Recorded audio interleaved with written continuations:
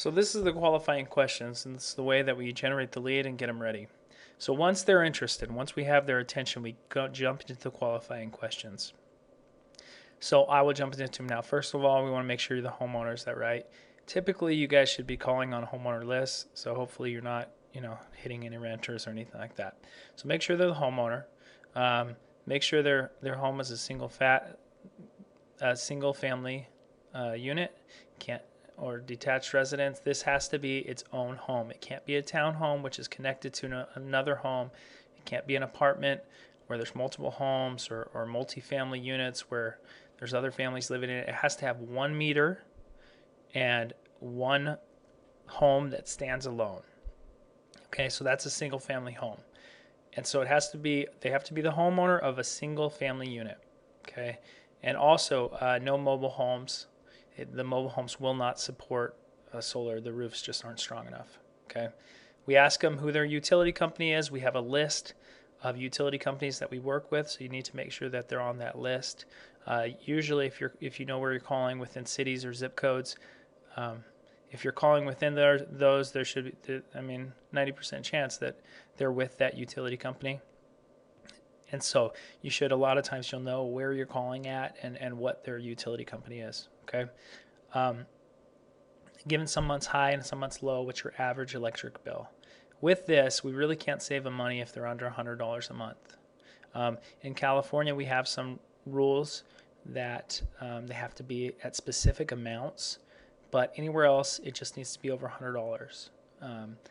And if it's under that, it just really doesn't work because it's hard to save them money. So then you ask them, great, do you receive any discounts from your utility company? So if they do receive a discount, whether it's medical or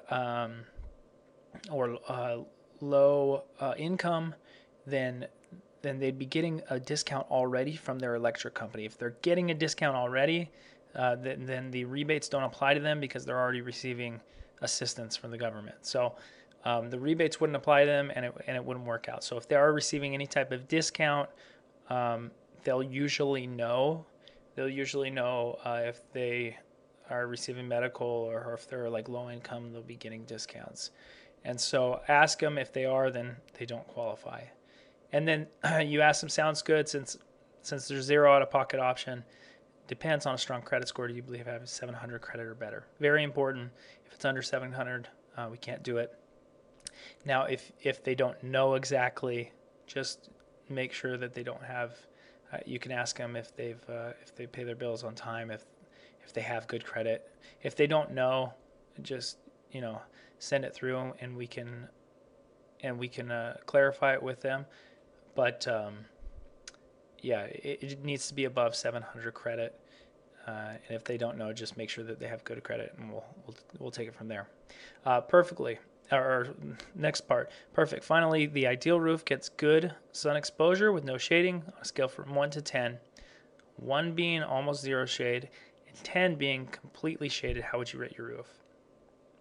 Now, and they need to be about a 1 or 2. They have to have about 80% sunlight and sun exposure on the roof for it to work. If they have a shaded roof or trees around their home, it's really tough. It doesn't really work. And so you just need to make sure that they have a good roof for it, and probe a little bit. And you can ask them if they're not really sure if the trees are over their home and how far the trees are away from their home and how much sun they get.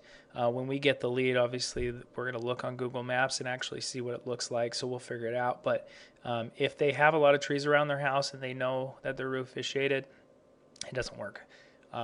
Solar only works with good sun exposure. Shade and solar just do not work well together. And then finally, this is a tough one. If they don't have, if they've got a few trees around their house and they're willing to, if they're willing to remove them or they want to remove them, you can send them through and we can talk to them. A lot of times it really ends up being more trouble than it's worth, but if somebody wants to remove a tree to put up solar, we can definitely talk to them. But a lot of times it's really expensive for them to remove trees, and it usually doesn't work out. But if it's a little tree and they want to get rid of it, and for them to go solar, we can do it. So would you be willing to remove some of those trees to go solar? That's if they if they have too much shade. Okay, and so at that point, if the lead's a good candidate, you just say you sound perfect for it. What I'd like to do is introduce your solar partner, and we transfer them, and to schedule an in-home consultation. What we'll do at that point is we'll take the ball and look at it, and we'll schedule the appointment with them.